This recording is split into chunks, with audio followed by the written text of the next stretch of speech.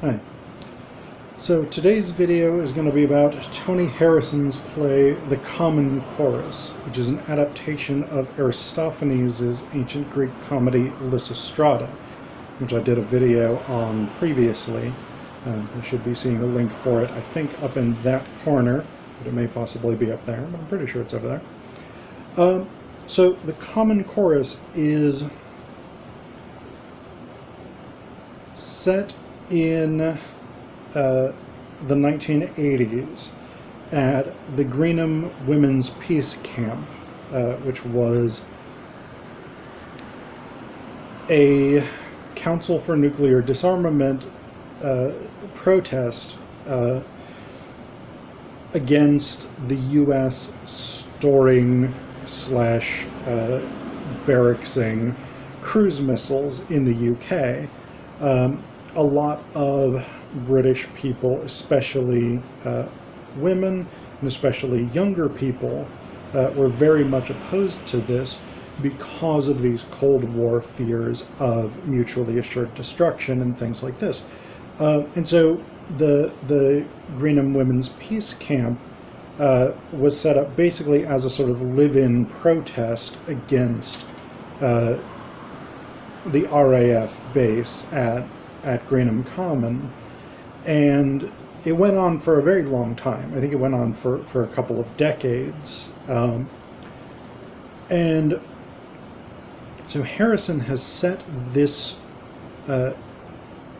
anti-war comedy at this peace camp, and so it draws on not only sort of the ethics of the anti-nuclear weapons movement, the nuclear disarmament movement, but it draws in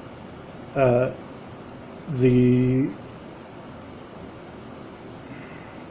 sort of crudity and the misogynistic components of the soldiers' interactions with these women, because a lot of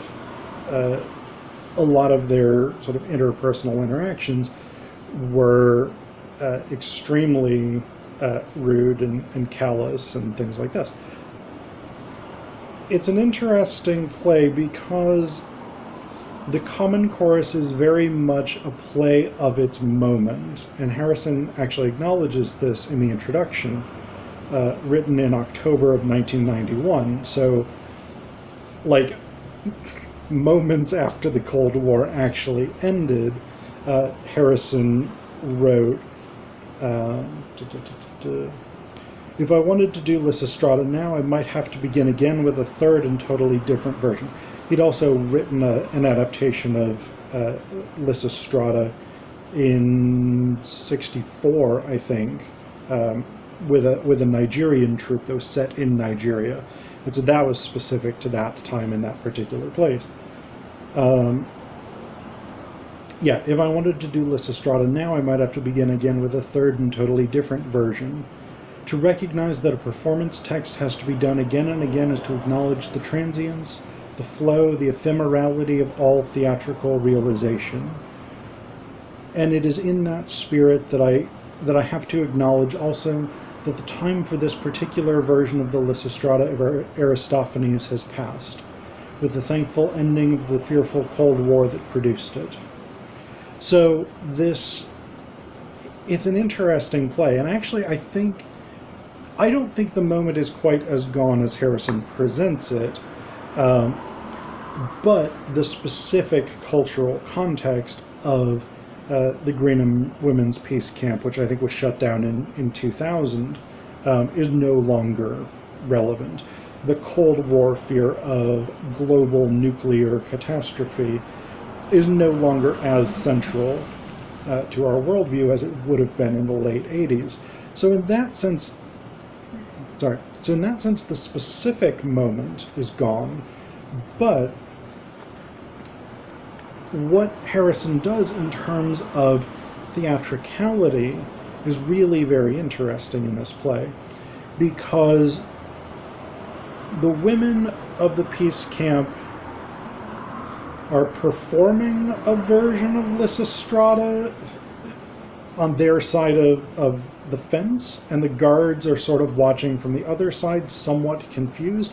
But the guards also seem to be playing roles, like the chorus of old men in Lysistrata who come and try and drive the women from the Acropolis.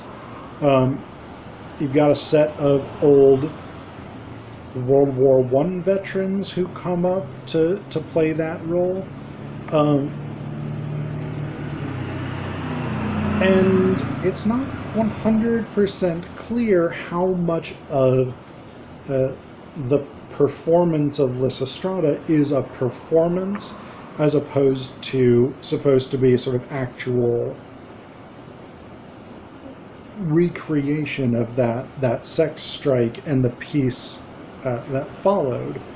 And one of the reasons that that's one of the reasons that's unclear is because you have these characters like the inspector or some of the guards, whatever it is, who get confused about the fact that the character called Lysistrata, who at one point actually acknowledges her real name as an actor, that Lysistrata and the other peace camp women keep referring to Athens and Sparta, the Peloponnese, etc., etc.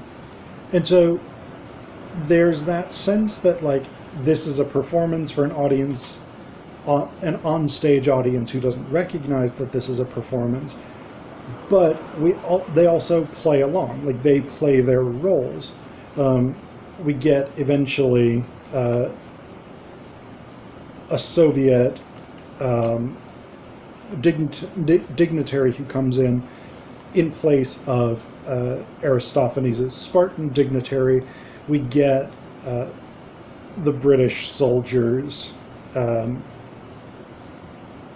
the British soldiers negotiating on behalf of Athens, etc., etc. So this sort of notion that, like, the sex strike is actually occurring gets blended with this notion that they're performing the play.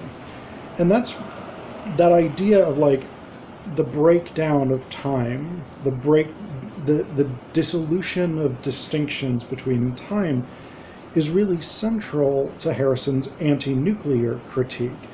And in some ways I think this is, again, there's no longer that sort of existential terror of nuclear war, but I think we still somewhat have this. This sort of notion that, like, climate change, I think, is especially the big one now. The sort of notion that through our own actions we can destroy ourselves, and that destruction of humanity, that destruction of civilization, has consequences beyond just the ending of our lives. So Lysistrata's got this fairly lengthy speech, but I think it's really, really good for encapsulating this theme. She says, "There's no confusion. My mind's clear, and there's no difference between there and here. Since Hiroshima, what we've done paradoxically to make the whole... Since Hiroshima, what we've done paradoxically is to make the whole Earth one. We all look down the barrel of the same cocked gun. One target in one united fate, nuked together in some hyper-state. So Greece is Greenham, Greenham, Greece. Poseidon is Poseidon, not just for this peace. Not just all places, all human ages, too, are dependent on the likes of us and you. And the Third World War will destroy not only modern cities, but the memory of Troy. Stories that shape the spirit of our race are held in the balance in that missile base. Remember, if you can, that with man goes the mind, that might have made sense of the history of mankind. It's a simple thing to grasp. When we're all dead, there'll be no future pages to be read, not even leaflets, and no peace plays like these, no post-Holocaust Aristophanes. So if occasionally some names are new, just think of the ground that's under you. If we're destroyed, then we take with us Athens 411 BC.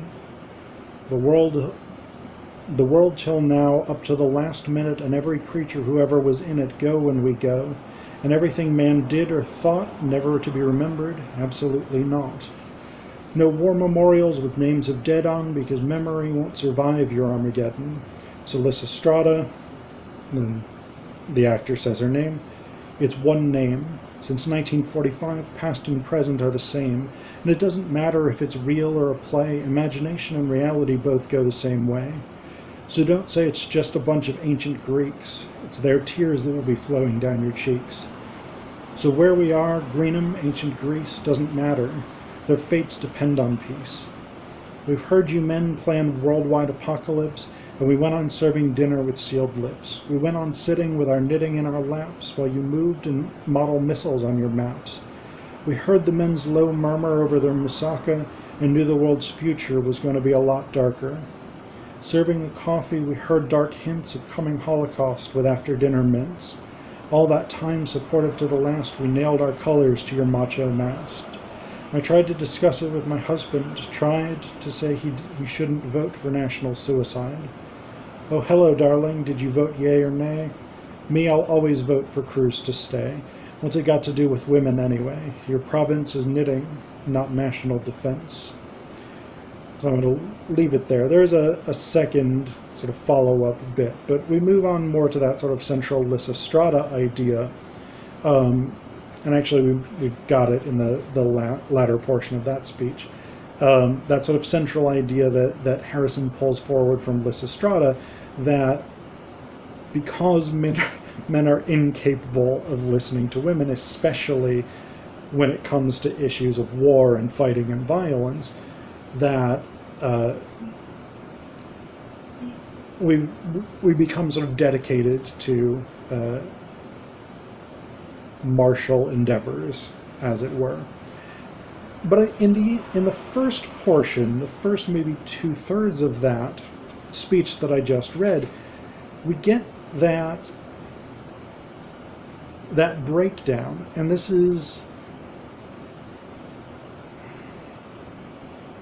a nuclear concern in some ways, that the destruction of humanity means the destruction of all of human history, because it's only through the perception, it's only through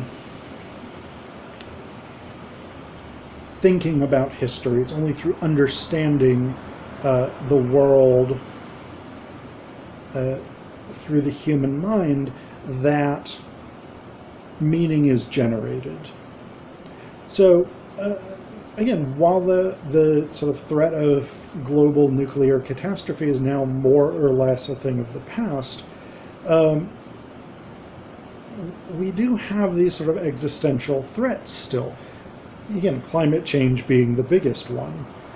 The sort of notion that if we, through our poor environmental stewardship, create the conditions that destroys human life at the very least, if not life more generally on this planet, I bet you water bears are going to survive, because they're tough motherfuckers. But if through our poor environmental stewardship we destroy human civilization, humanity as a species, then all of the things that we've done, all of the beauty, all of the struggles and triumphs that we've ever experienced go with us, because they cease to have any meaning without human beings there to interpret them.